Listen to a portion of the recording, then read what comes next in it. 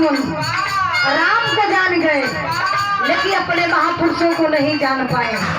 रामायण गीता को जान गए लेकिन संविधान को नहीं पढ़ पाए। इसलिए मेरी गीत की लाइन संकेत दे रही है क्या?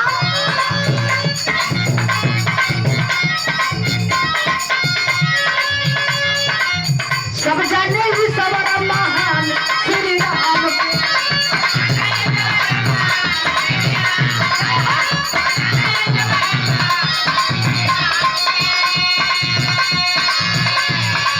बुढ़ा जवान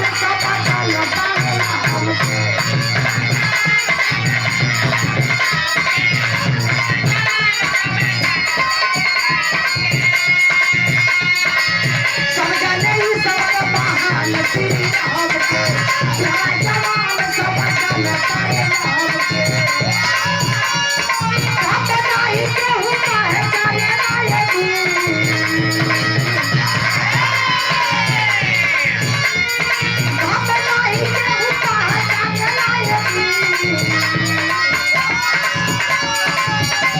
ये दुख के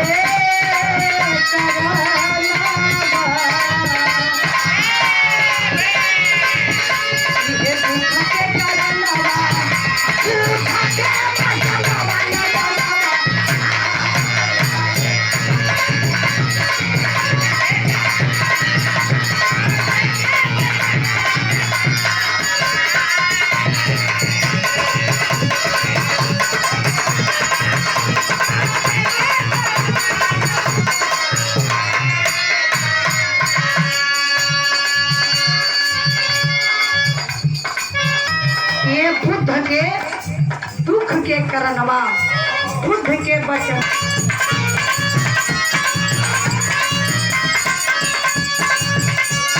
रानी खैली खीर राम सारे भाई भाई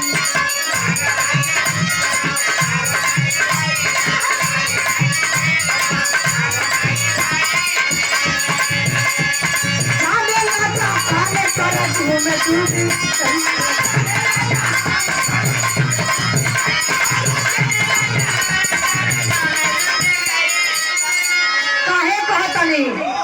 रानी खैली खीर राम चारों भाई बहन खाई वाला चीज अब कुल खैली खीर पका के राम लक्ष्मण शत्रुघ्न भरत पैदा हो गए।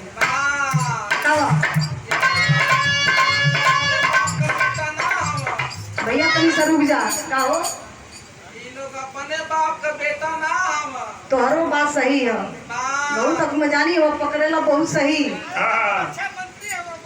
वो अपने बाप का बेटा का हम बताओ भैया खेत खनले से खेत जोतात रहे तो सीता जी वही में निकल गई बक्सा निकलल केहा रोहे लगली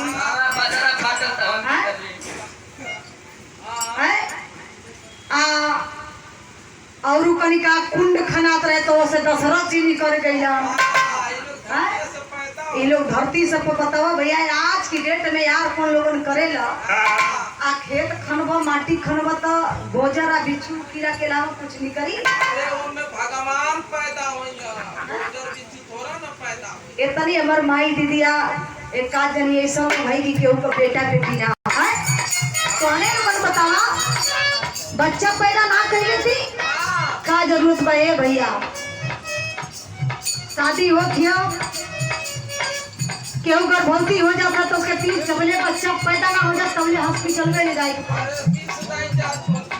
20 दाई जांच होता किस्म का चेकअप होता है किस्म का जांच होता बतावा और कुल बिना जांच करवले बतावा खेत से कीचड़ से नेटा से ब्रह्मा जी के मुहावा से मुहावा में बच्चेदानी रह चारों मुहावा में ब्रह्मा जी का मुहावा में रहा चारों दिशा में भाग खाली देवता पैदा कर। अच्छा रुको और सही कहा था 4 गो मुड़ा अरे ब्रह्मा जी के 5 गो रहा 5 मुड़ी रहा शंकर भगवान मन्नत सुलवा से मुड़िया कट गई बिना ऑपरेशन का फिट हो गई था। हां उनसे डॉक्टर एको ना लगना। अच्छा बताओ भैया, सब का एक मुड़ी बा। राती का सुतले में नस दब जाई, चटक पड़ जाई, तो आदमी परेशान हो जाई। आ वो ब्राह्मण का 4 गो मुड़ी रहल, जो भाग तकदीर लिखेला है, वो अपन तो भाग नसीब जानी ना कोनो, हमार पर भाग तकदीर लिखेला। बताओ भैया, भले 5 दिन का कुल नहीं ले, मैं घर घड़ी खुजबट भइल, लेकिन वो श्रेष्ठ हम, वो विद्वान हम, वो भगवान हम। बतावा, गलत चीज के माने खातिर हमारा समाज तैयार है, और सही चीज के माने के तैयार ना हो। तो 4 गो मुड़ी रहल भैया, तो कैसे वो सुतत रहलन हो? जमीनिया में दरेर के, जमीनिया में दरेर के। भाई जब 4 और मुंह रहे थे, मुड़िया नीचे करे के न पड़ी।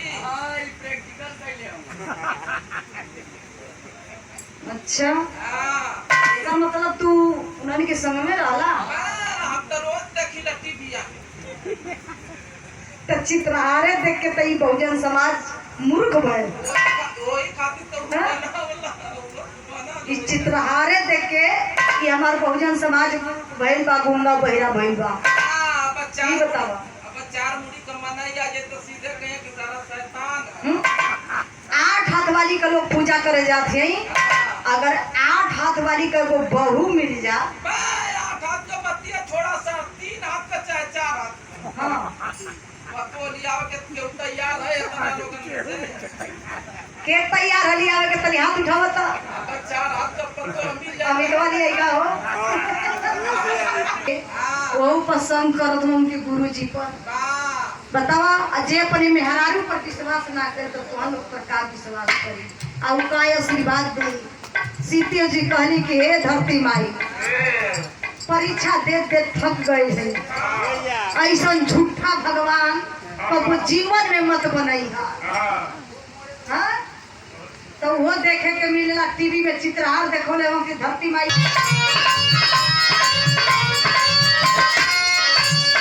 रानी खैली खीर राम चारो भाई खैली।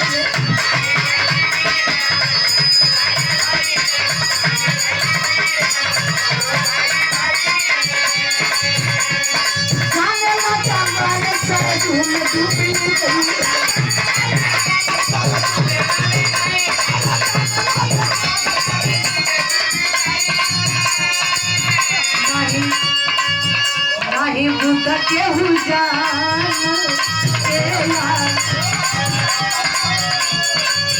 पंचशील के न